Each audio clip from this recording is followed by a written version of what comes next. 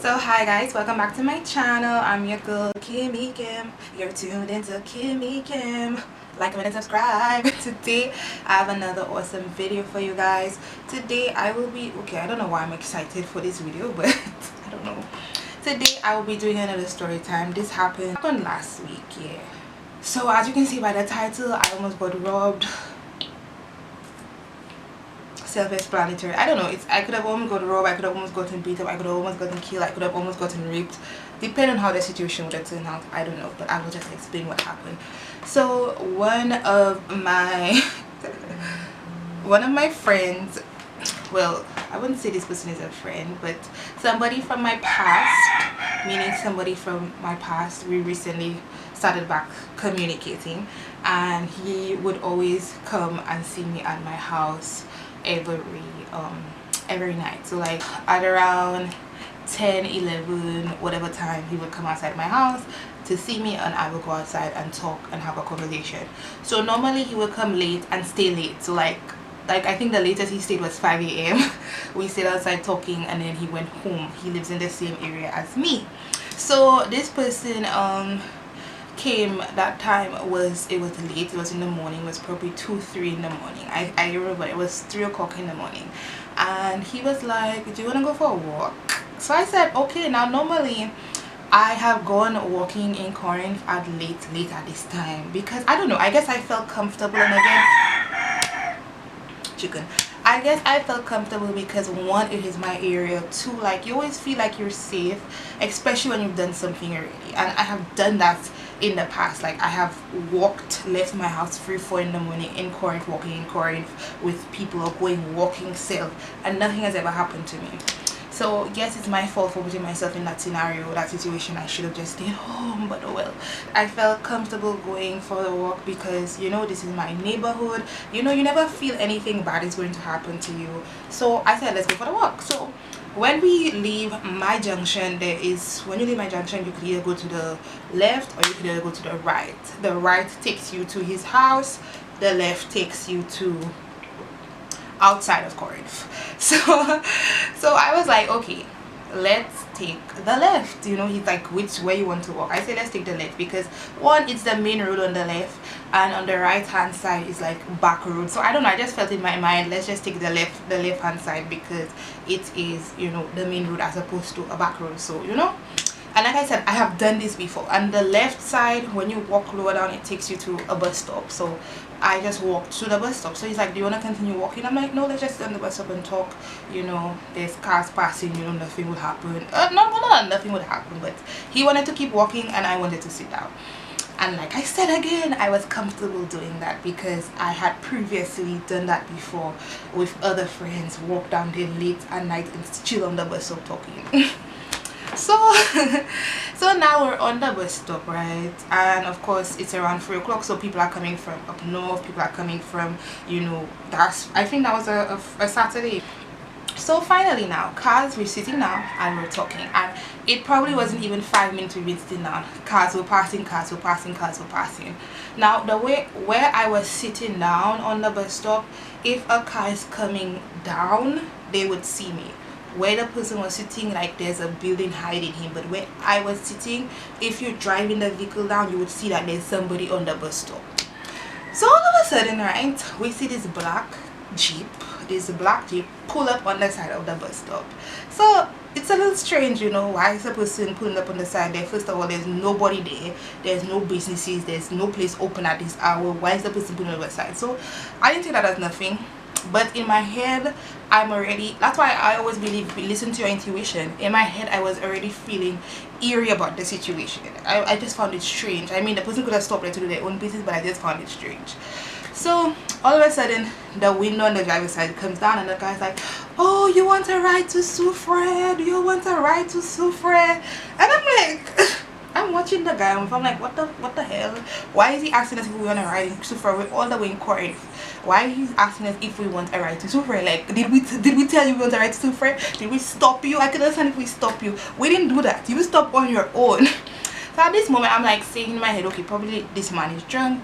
Probably because you know that when you have those drunken nights and these great nights, stuff can happen, things can happen, and you know, So I get up. At that moment, I got up from where I was sitting down. I told the person I was with, let's go. Now the person where I was with is sitting down, and you know the person I was with, he carries a knife with him. I carry knives with me, but I didn't. He carried a knife with him because you know you never know what will happen on the road when you're walking at these late hours.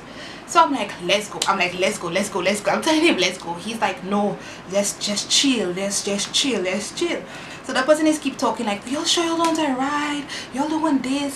And all of a sudden, the back door opens. Now, if you're somebody that just, you know, drunk, tipsy, you know, and all of that, well, the driver had opened his door already, yeah? After he had put down the window and say like, do you all want to ride? The driver had opened his door, right? I remember the guy, he had locks and he had locks. And all of a sudden, the back door, like the door directly behind him facing us, opens. So I'm like, let's go. I'm freaking out because if it's somebody that's drunk or something, why would the back door open? And then the other person like, oh, the driver's like, oh, we're just waiting for a friend. First it was, do you want to ride?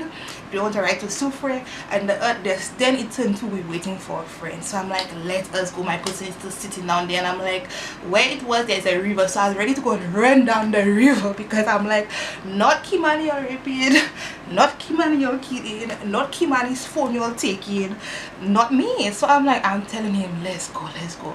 So the back door, it opens, and like that is strange because I'm like, why does the back door needs to open? Who's in the car?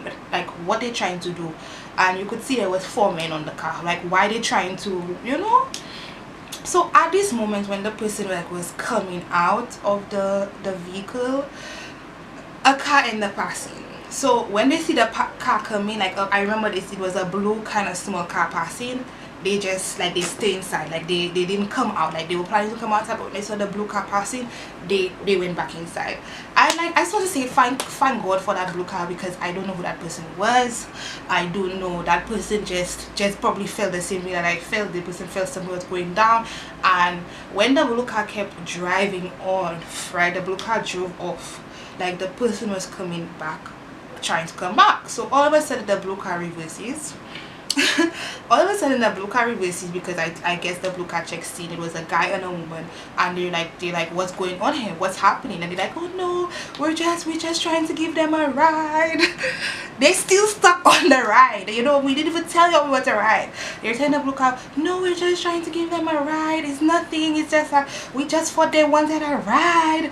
And they're like, it's okay, and they drive off. So the blue car drove off, and I'm like, person, let's go up to my house, because I'm not this could end badly for both of us. So the blue car went up where we came from, and the black car went like the other direction. Now from where we were walking, you can see when like the perpetrators, the black car, they went in the left direction, right? Now from where we were, you can see when a car takes the left junction, you can see the car all the way down, going all the way down. Like we see like from the left hand side, we see the indication on, it was the right indicator turning to come back. I was like, hell to the no. I told him, let's go now. So like we run, and there's this another gap before my gap where we just stood and hide, and we waited there for like about 5 minutes until we felt like the ghost was clear, the ghost was clear, and we went back to my house, and that was that. And I'm just so thankful that I noticed something quickly, because what if I was just sitting down there not minding my business, and what if that blue car never came? What if that blue car never passed at that time? And the thing is, they're doing their thing so boldly now, because there were so many cars passing at that time. For 3 o'clock, we probably 10 cars had passed in the 1 minute we were down there already. So they're doing their things boldly now. What if that blue car didn't pass? What if the blue car just kept going, and the guys come out and they try to rob us? Because that's what they do nowadays. They try to kill us. They probably would have raped me. You never know. And I'm just so thankful for my instincts that I checked scene soon, because it was just giving off a bad vibe, completely bad from the beginning to the end. It was just bad vibes. And then the fact that they turned back to come, like when the blue car left, they turned back to come. I'm like, okay, something is really up. And listen guys, you have to be careful. You can't be making these stupid decisions that I was making. I put myself in a whole lot of, you know, a whole lot of messed up situations. But God always has me, you know, my guardian angels always has me, the universe always has me. I believe in my instinct strongly. When my instinct gave me bad vibes, I always act upon it. I was ready to get out of that situation. I was ready to ruin that nerve. I was ready. But the person I was with is like, you know what, you cannot show them that you're scared. I'm like, it's not about scared. It's not about scared. It's getting yourself out of that situation, regardless if you feel like you have a knife, right? You don't know what these people have. These people could have guns. All of them could have guns in the car, just come out and start shooting us and take us and rape me and whatever. Yeah, you can never be too sure because you don't know what could happen in that scenario. Like, you have to just my advice guys, just be careful the situations you put yourself in. Don't do like me. But like I said, God always has me, you know, the universe always has me. I'm very intuitive. That's one thing about me. Like whenever I send some bad vibes, time to get out of there, and I was ready to go. The fact that the people just stop randomly, ask us if we want to go souffle, then say they're waiting for their friend, then come out of the vehicle, then when they actually leave, you see them turning back to come back. What you coming back down there for? Why? For what? For what reason? It was just too scary. But anyway guys, I know it's not such a juicy story time, but you know, I just wanted to hopefully it can help one of you all, and you know, to be careful because this world is not safe. Your own area is not safe. As much as you feel your area is safe, it's not. Anyway guys, I'm your girl Kimmy. Remember to like, comment and subscribe. Love you.